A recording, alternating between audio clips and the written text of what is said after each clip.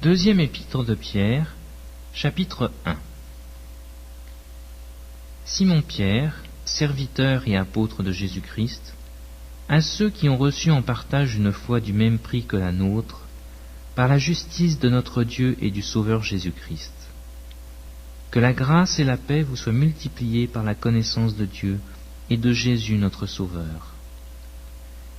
Comme sa divine puissance nous a donné tout ce qui contribue à la vie et à la piété, au moyen de la connaissance de celui qui nous a appelés par sa propre gloire et sa vertu, lesquels nous assurent de sa part les plus grandes et les plus précieuses promesses, afin que par elles vous deveniez participants de la nature divine en fuyant la corruption qui existe dans le monde par la convoitise. À cause de cela même, faites tous vos efforts pour joindre à votre foi la vertu, à la vertu la science, à la science la tempérance, à la tempérance la patience, à la patience la piété, à la piété l'amour fraternel, à l'amour fraternel la charité. Car si ces choses sont en vous, et y sont en abondance, elles ne vous laisseront point oisifs ni stériles pour la connaissance de notre Seigneur Jésus-Christ. Mais celui en qui ces choses ne sont point est aveugle. Il ne voit pas de loin, et il a mis en oubli la purification de ses anciens péchés. C'est pourquoi, frères, appliquez-vous d'autant plus à affermir votre vocation et votre élection, car en faisant cela, vous ne broncherez jamais. C'est ainsi, en effet, que l'entrée dans le royaume éternel de notre Seigneur et Sauveur Jésus-Christ vous sera pleinement accordée. Voilà pourquoi je prendrai soin de vous rappeler ces choses, bien que vous les sachiez et que vous soyez affermis dans la vérité présente. Et je regarde comme un devoir, aussi longtemps que je suis dans cette tente, de vous tenir en éveil par des avertissements, car je sais que je la quitterai subitement, ainsi que notre Seigneur Jésus-Christ me l'a fait connaître. Mais j'aurai soin qu'après mon départ, vous puissiez toujours vous souvenir de ces choses. Ce n'est pas en effet en suivant des fables habilement conçues que nous vous avons fait connaître les puissances et l'avènement de notre Seigneur Jésus-Christ, mais c'est comme ayant vu sa majesté de nos propres yeux, car il a reçu de Dieu le Père honneur et gloire, quand la gloire magnifique lui fit entendre une voix qui disait « Celui-ci est mon Fils bien-aimé, en qui j'ai mis toute mon affection. » Et nous avons entendu cette voix venant du ciel, lorsque nous étions avec lui sur la sainte montagne. Et nous tenons pour d'autant plus certaine la parole prophétique, à laquelle vous faites bien de prêter attention, comme à une lampe qui brille dans un lieu obscur, jusqu'à ce que le jour vienne paraître et que l'étoile du matin se lève dans nos cœurs. Sachant tout d'abord vous-même qu'aucune prophétie de l'Écriture ne peut être un objet d'interprétation particulière, car ce n'est pas par une volonté d'homme qu'une prophétie a jamais été apportée, mais c'est poussé par le Saint-Esprit que des hommes saints ont parlé de la part de Dieu.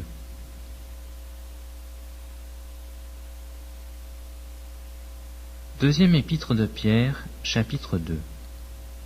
Il y a eu parmi le peuple de faux prophètes, et il y aura de même parmi vous de faux docteurs, qui introduiront des sectes pernicieuses, et qui, reniant le maître qui les a rachetés, attireront sur eux une ruine soudaine.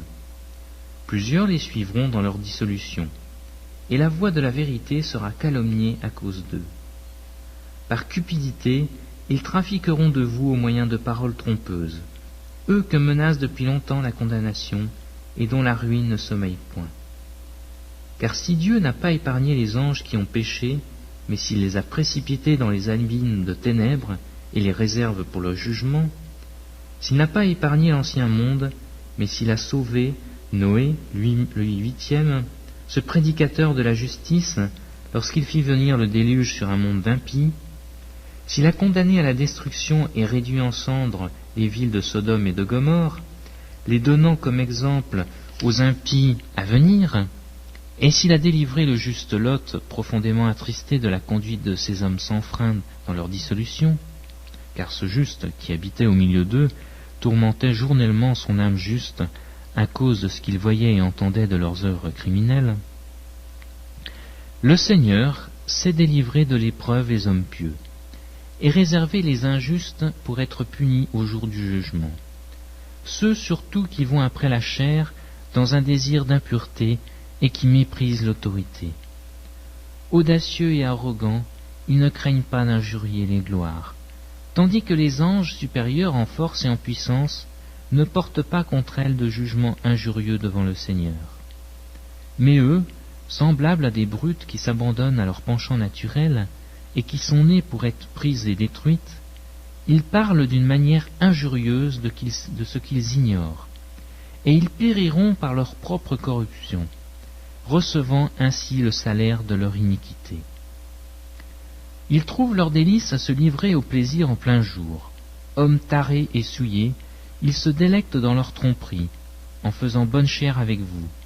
Ils ont les yeux pleins d'adultère et insatiables de péché. Ils amorcent les âmes mal affermies. Ils ont le cœur exercé à la cupidité. Ce sont des enfants de malédiction. Après avoir quitté le droit chemin, ils se sont égarés, en suivant la voie de Balaam, fils de Bosor, qui aima le salaire de l'iniquité, mais qui fut repris pour sa transgression. Une ânesse muette, faisant entendre une voix d'homme, arrêta la démence du prophète. Ces gens-là sont des fontaines sans eau, des nuées que chasse un tourbillon. L'obscurité des ténèbres leur est réservée. Avec des discours enflés de vanité, ils amorcent par les convoitises de la chair, par les dissolutions, ceux qui viennent à peine d'échapper aux hommes qui vivent dans l'égarement. Ils leur promettent la liberté quand ils sont eux-mêmes esclaves de la corruption, car chacun est esclave de ce qui a triomphé de lui. En effet, si après s'être retirés des souillures du monde par la connaissance du Seigneur et Sauveur Jésus-Christ, ils s'y engagent de nouveau et sont convaincus, leur dernière conviction est pire que la première. Car mieux valait pour eux n'avoir pas connu la voie de la justice que de se détourner, après l'avoir connue, du saint commandement qui leur avait été donné. Il leur est arrivé ce qu'a dit un proverbe, « Le chien est retourné à ce qu'il avait vomi, et la truie lavée s'est vautrée dans le bourbier. »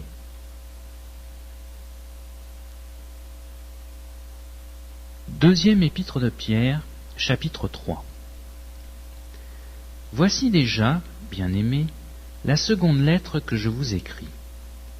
Dans l'une et dans l'autre, je cherche à éveiller par des avertissements votre saine intelligence, afin que vous vous souveniez des choses annoncées d'avance par les saints prophètes, et du commandement du Seigneur et Sauveur, enseigné par les apôtres, sachant avant tout que, dans les derniers jours, il viendra des moqueurs avec leurs railleries, marchant selon leur propre convoitise, et disant « Où est la promesse de son avènement ?» Car depuis que les pères sont morts, tout demeure comme dès le commencement de la création.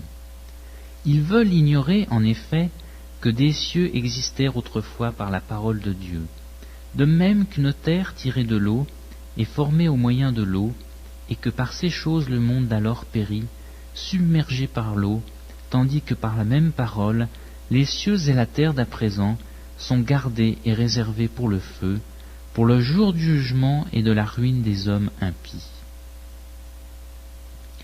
Mais il est une chose, bien-aimés, que vous ne devez pas ignorer, c'est que devant le Seigneur, un jour est comme 1000 ans, et 1000 ans sont comme un jour.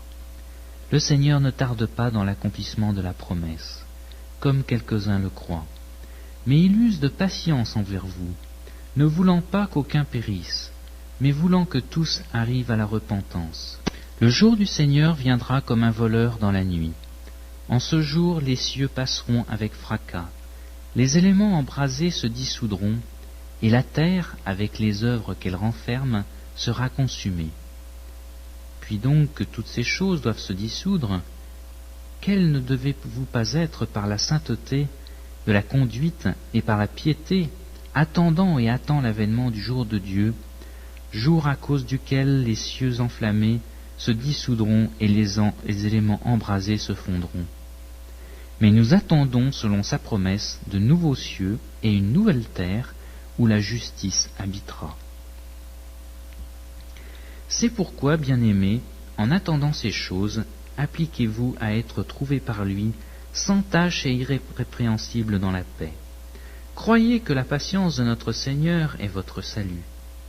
Comme notre bien-aimé frère Paul vous l'a aussi écrit, selon la sagesse qui lui a été donnée.